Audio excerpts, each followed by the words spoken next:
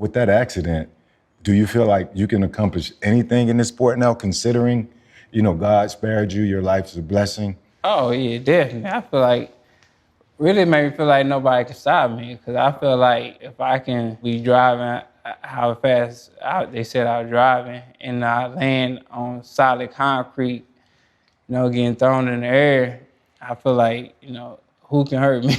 Yeah. I feel like who can hurt me if concrete, couldn't break. What up, y'all?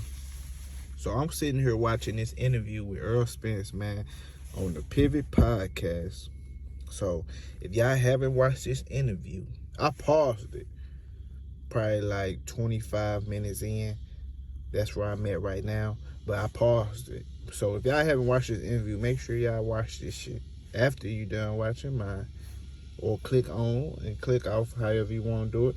And if you haven't watched the other interview, Cigar Talk, watch that also. But what we talking about man, right we talk now, that motherfucker turn around. what we talking about right now is hold on. I want to know. I got to talk about this shit, and y'all. I was like, man. I got to talk about this shit, but Errol Spence in this interview, man, he said something so profound. Cause I was so deep into the interview, right? Probably like 20-some minutes in. He just said the most realest shit, right?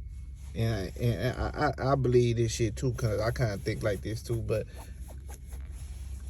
Errol Spence said in this interview, he said, man, he was talking about the accident or whatever, right? And he like, man, I got tossed like 30 feet in the air, fell on his face and all that on the concrete. He said, man, if the concrete couldn't break me, couldn't break a bone in my body, what makes you think a man could? You know what I'm saying? He said that's where his mind frame is at.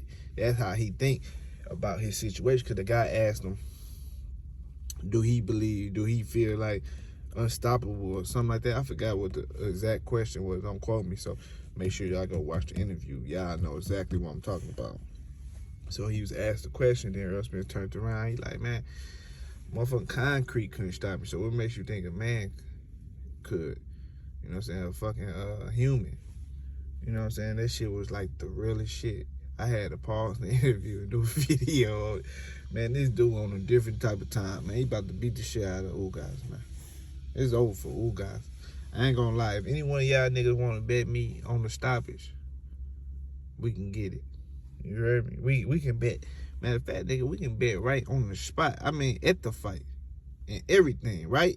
By the bathroom, nigga, at the bar stand, nigga, we can put that bag down right then and there, nigga. Whoever want to bet me, Errol Spence, stop him, we can do it.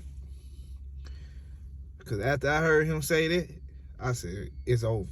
I was already feeling like it, watching his energy, watching him train the whole time, watching a bunch of interviews. You can tell the bruh shining different. Like, he looked way more healthy. He talking more. He got more energy in the interviews. He letting more what he got on the inside. And this interview was, like, very educational. You know what I'm saying? In a couple of different ways. Another thing I took from what I've seen so far from the 20-minute span is Errol Spence was talking a lot about his father in his interview and how his father was everything for him and how he guided him basically through his whole career. He got him with Derrick James. He seen him slap boxing with niggas on the block, smacking the spit out of niggas' mouth. And his daddy was like, damn, you got something, boy. You know what I'm saying? He wanted to take him to the gym. Earl like, hey, I already know how to box, Pops. You know what I'm saying? How everybody ain't had their daddies. All his homeboys ain't had their daddies. They call it his daddy, Pops. He took him to the Olympics. Then, he introduced him with Derrick James when he didn't want to do it. So everything Errol Spence didn't want to do, he was there to be like, nah, this the move, son. If we ain't getting no real shit up out of this, man, I don't know what the fuck you niggas is getting out of this, because this shit is about, like, black fathers. Like, when we look at all the sports, right, this is just in my head. This ain't no statistic or nothing like that. Like, I ain't seen no stats or nothing, but I believe in boxing, even though boxing is a much smaller sport than like football, baseball, basketball, but I believe majority in boxing is about the father-son thing. You know, I mean, mamas you done seen come take these niggas to bring them into boxing. You know, your mama don't want to really see you get punched on. I mean, your daddy don't either, but I'm just saying, like, how many daddies then really brought their sons to boxing when it comes to this boxing shit? How many daddies is actually niggas coaches? You know, Errol Spence daddy like his advisor. Danny got his daddy. Sean got Kenny. Jerron Boots Ennis got his daddy. You know, Tank got Calvin Ford. That ain't his daddy, but he raised him because he didn't have a daddy. Saved him from the streets. So, nigga, just think about all these guys in boxing who got this either big brother role or, you know, who got this brotherhood type of vibe going on in their whole camp or just got their daddy. Man, this some serious shit, bro. Like, this shit should be teaching niggas a lot less. You know what I'm saying? I feel like in basketball, a lot of times your mama take your ass to basketball. This is just in my opinion. I feel like your bird just take you to basketball. Come on, son, you gonna hoop. Or come on, son, we gonna take you football practice. You know what I'm saying? Shit like that. Like, my son played football last year, right? Here in St. Louis. So we played for Bad Boys.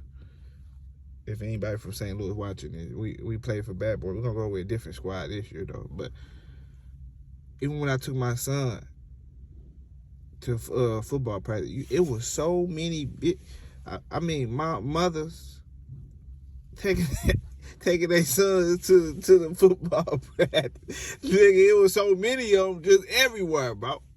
I'm like, damn, I'm like the only, like me and another nigga, right? Probably one more dude bringing their son to the football practice.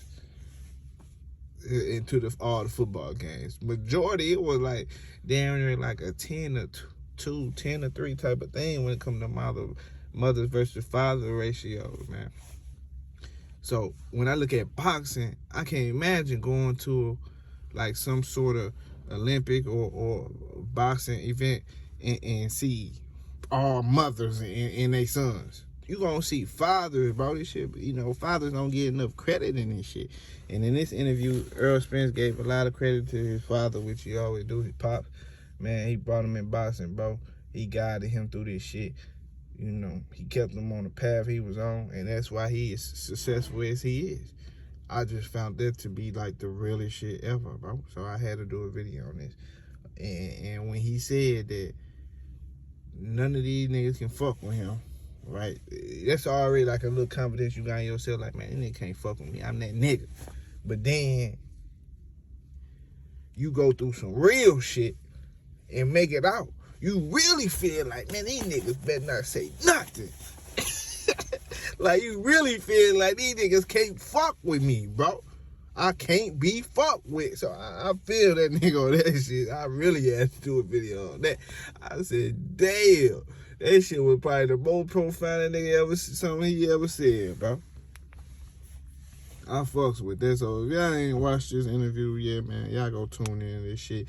He talk about sparring Floyd. I seen a little clip on that, but I ain't actually watch it within the interview. So I'm gonna see what's happening with that too. So as y'all leave this video, man, y'all smash that like button and subscribe. If you ain't subscribed, man, it's fight week, man. I know y'all hyped for this shit. Today my birthday too, so the fight is a perfect birthday present to me, going to that motherfucker. So y'all gotta fuck with a nigga, cause it's my birthday weekend. Today my birthday, this weekend my birthday. So we gonna get it in, man. So I'm out. Deuces, y'all.